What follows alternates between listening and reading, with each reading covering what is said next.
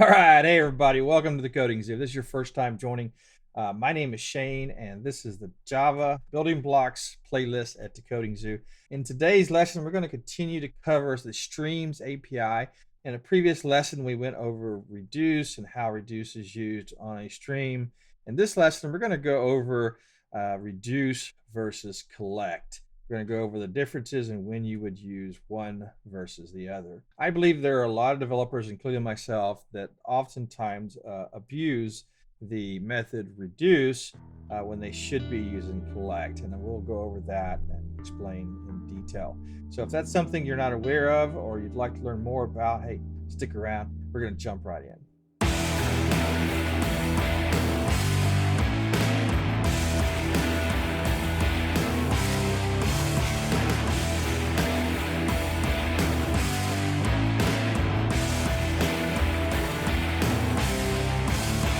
All right, so hey, let's get started. Before we do, though, I just want to remind you that if you are new to the Coding Zoo, our goal is to help others to learn how to programming, including yourself. If you'd like to see more of our videos, go ahead and click subscribe below before we forget, and click on the bell icon so that you get alerts on the upcoming videos. We really appreciate your support there. Also, at the end of the video, if you like this video, go ahead and click like. And hey, if you dislike it, click dislike and let us know how we can improve our upcoming videos to help you learn how to program. Let's go ahead and jump in the code. So on my desktop here, I have a class called collect example. Now you'll notice I got this big cursor, and that's because I'm getting old and blind. I can't see. But so I have this class called collect example.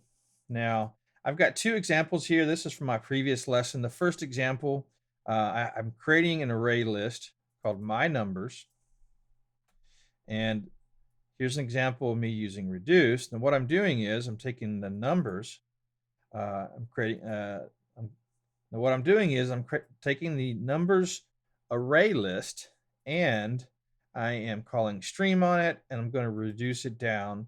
And what I'm doing is I'm basically going to reduce it by applying a lambda formula algorithm that basically adds the numbers together. So here's my lambda, subtotal number, subtotal plus number.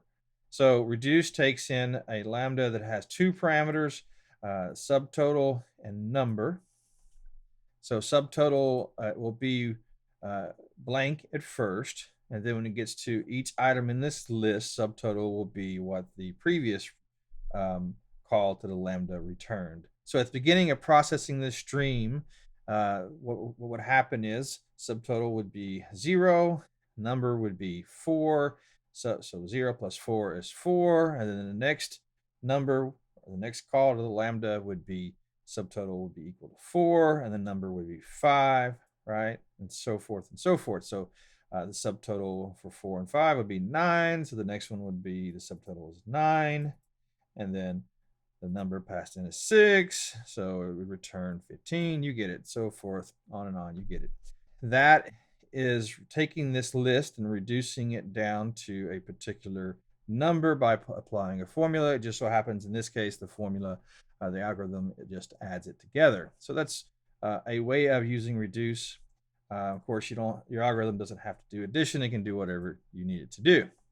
All right. Now we've gone over this in previous lessons. Be sure to check it out. We go more in depth. The second example we went over is I have the same stream, and I'm going to pass in two parameters. I'm going to pass in an identity, and I'm going to pass in the lambda expression. All right.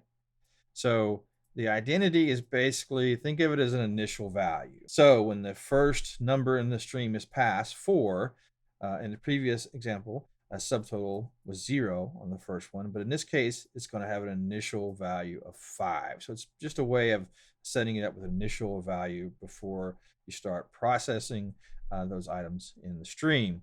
Pretty simple. So if you print all of this, so if you run this, it's just going to add them together. It's going to put the result in this variable called my result. In this case, it would be 5 plus 4 plus 5 plus 6 plus 7 plus 8, right? All that added together, and that gives you your final result. So pretty simple. Again, if you want to go more in depth on that, check out our previous video on this. I'll put a link below. I'm going to comment that out. So now I'm going to give you a more complex example of how you could possibly use reduce. Now, I say you could possibly do it this way, but I'm not sure I would recommend to do it this way. It's kind of in a way abusing the method reduce. I'm gonna put that there. I don't think we need this list up here anymore. Get rid of that. Okay, make sure I forget to uncomment the example. This example here is pretty neat, but at the same time, it's probably why you shouldn't use reduce. The thing to keep in mind is when you're dealing with lambdas and functions, well, in a pure functional programming language, functions should not change data that exists outside of the function. A function takes in immutable data, it performs calculations on that data and returns a new set of data. So you don't mutate the data that's passed in. That's a pure functional programming language. Now, reduce is meant to work the same way. The data that's returned from the reduce operation using the lambda should be data that has not been mutated. The data you pass in, you should not mutate and return it. You should return a new set of data, right? So from a purist perspective, that is how reduce is supposed to be used. Now, there's a good reason for that. For example, one reason would be running parallel streams. So when you create a stream, the idea is that you should try to make your stream to where if you need to in the future make it a parallel stream to increase performance, you can do that. So that's always a good idea if you can do that to do that. So if you make your reduce actually mutate data, then it may not work so well in a parallel processing world if you're using a parallel stream. So reduce is meant to take in immutable data and to return a new set of data. All right. So what this example does here is I'm creating, here, I'll give you a visual. So I am basically, let's blow this up a little bit. I'm basically creating a hierarchy. I'm basically creating a hierarchy of school classes. There's a school class list that has school classes inside of it. Each school class object has a list of students. So I have Shane's school class, and there's a list of students in there. I have Christina's school class, and there's a list of students in there. And I think I have one more class in this example. So I have like 3 classes with 4 students each, right? So I have a list within a list. Now let's pretend that for whatever reason, I can't afford to pay 4 teachers for 16 students. So we're going to, unfortunately, only going to have 1 teacher left in the school. So I need to merge the students from 3 different classes into 1 class, right? Well, how could I do that? I could do that with reduce, but if I do it this way with reduce, even though you can do it, it's probably not the best practice. So let's look and see how I do that. So first thing I'm doing here is I'm creating school classes, a list of school classes. Now, if you scroll down to here, if we scroll down to here, we can see I have a static method. The static method creates a school class. It puts students. Those students have age, name, and phone number. This is Mrs. Christina's class. This is Mr. Shane's class. And this is Mr. Nick's class. And then I return those school classes, all 3 of them with 4 students each, as an array, right? So this is retrieve classes. So if you look here, I'm going to create a list of school classes by calling retrieve classes. And then I'm going to create a class called Mr. Venable's class. Mr. Venable. He was actually one of my teachers in high school, math teacher. I liked Mr. Venable, pretty smart dude. So anyway, I've got a Mr. Venable's class. So I'm going to print it out here, and I'm going to get the students array from it. So you can see that it's probably going to be empty, and I'm going to get the size. You should see 0. Now I'm going to use reduce to take those list of classes and merge the data from those classes into Mr. Venable's class. Well, how does that work? So I'm going to do school classes, stream. So I'm going to get the stream from the array. I'm going to call reduce. And then I'm going to pass in, you saw earlier when you use reduce, you can have an initial value. You can have a identity value, right? Well, I can hack it in a way. I can pass in this Venable class that I just created. That's my initial value, all right? So Venable class is my first parameter. And then I have my lambda expression that's called by reduce, right? Now this lambda expression is taking in a I called it compressed class. It's the students compressed into one class, which just so happens will be Mr. Venable's class. So Mr. Venable's class is what compressed class is initialized with when you start out. And closing class, of course, is each individual class in the stream as we go through them. So I'm going to print out the closing class name. So you can see we're going through each one of the classes. And then I'm going to take the Mr. Venable's class. I'm going to call get students, and I'm going to add all of the students from the closing class because we're moving the students from one class to Mr. Venable so they can be closed later. All right. So I'm going to print out Mr. Venable's class size here so you can see it's growing. And then I'm going to return the data that I passed in, right? So I'm basically have a mutable object and mutable, you get it, object that I'm returning, and I'm consistently going through the items in this stream and changing it, right? I'm passing in data and changing it. You can see how that might be a problem if you're running things in parallel. All right, so let's go ahead and run that. We're going to print it out. All right, so here you can see where I'm creating the classes. Let's blow that up a little bit. I am creating Miss Christina's class, Mr. Shane, and Mr. Nick's class. That is happening down here. Now, you'll see here, Venable's class pre-merge. Well, the students array is empty. If you go here, you'll see Venable's class size is 0. Now, here's where we start going through the loop, right? Closing Miss Christina's class right there. We're going to add her students to Mr. Venable's, and Mr. Venable's class size increased to 4. We go to the next one in the stream, closing Mr. Shane. Mr. Venable's class increased to 8, closing Mr. Nick. Venable's class size increased to 12. Right here at the very end, I print out Mr. Venable's get students. You'll see here if I slide to the right, here, let's slide this way. You'll see that Mr. Venable's students now has all of the students from the other classes. So I've basically taken all the students and moved it into Mr. Venable's class using reduce. So you can use it this way. I wouldn't recommend it. This is not the proper way of doing it. So what is the proper way of doing it? Well, let's comment this out. I'm going to show you how to do that correctly. When they created streams in Java, a method was added specifically for situations like this. One of the reasons for it, right? It was so you can take in data or data structure and you can mutate it, right? And not have that expectation that it wouldn't be mutated.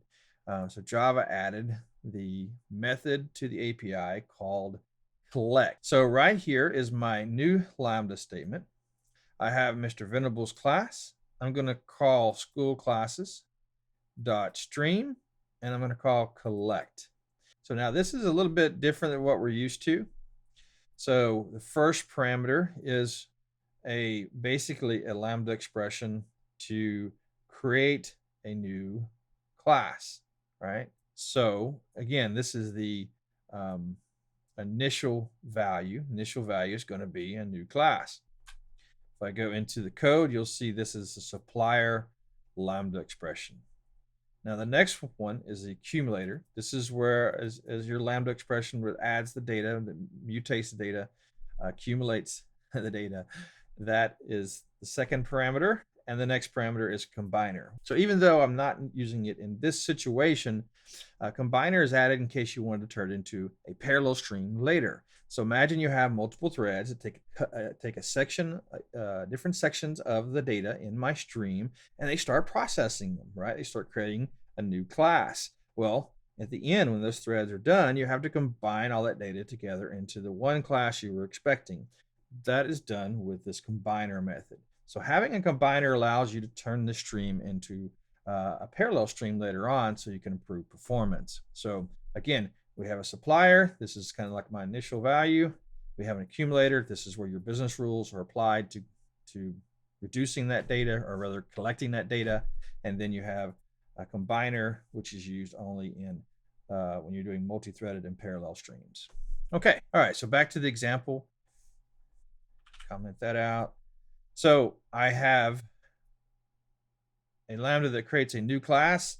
I should be able to do that doing, I don't know if there's a problem here. Shouldn't be. Let's do school class new.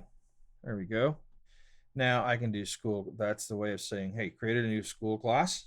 And the method I'm going to call for my Lambda expression is school class.merge. So let's take a look at school class. So if I jump into school class, you're going to see that I changed it up a little bit. I've added a new method called merge to this class. Merge takes in a school class.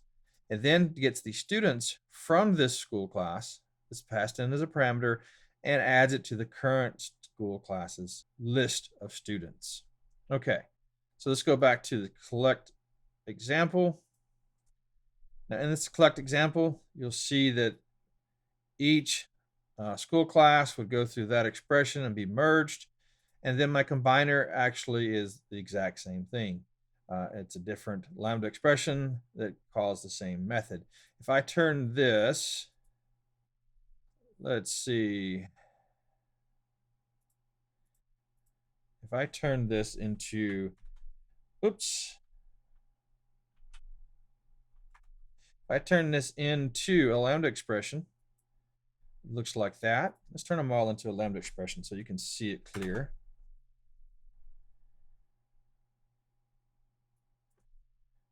And let's turn the last one.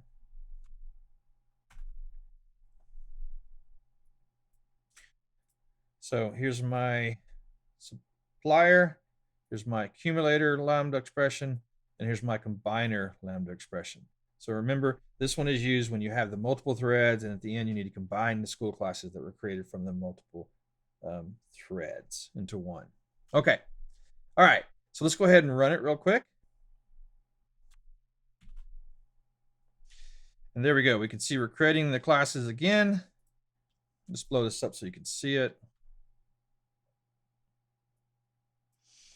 All right, so you can see that we're creating those classes again by adding students to them. And you can see that Mr. Venable's class post-merge has all of the students added to it. And Mr. Venable's class size is 12. So pretty cool. That is a better way of basically merging the school classes together. It's expected to collect that you can mutate the data, whereas reduce, it's not expected. So this was made for doing this. That's why you have that combiner parameter that collects the data from the different threads and combines them together if you were using a parallel stream.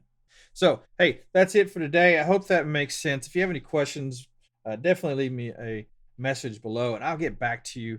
I hope you enjoyed this video. If you did, please go ahead and click that like button below. It really helps us a lot. And again, if you haven't subscribed, go ahead and subscribe by clicking the button below and the bell icon so you'll get alerts. Thanks for joining us. I hope you have a great week. See you again next time. Bye.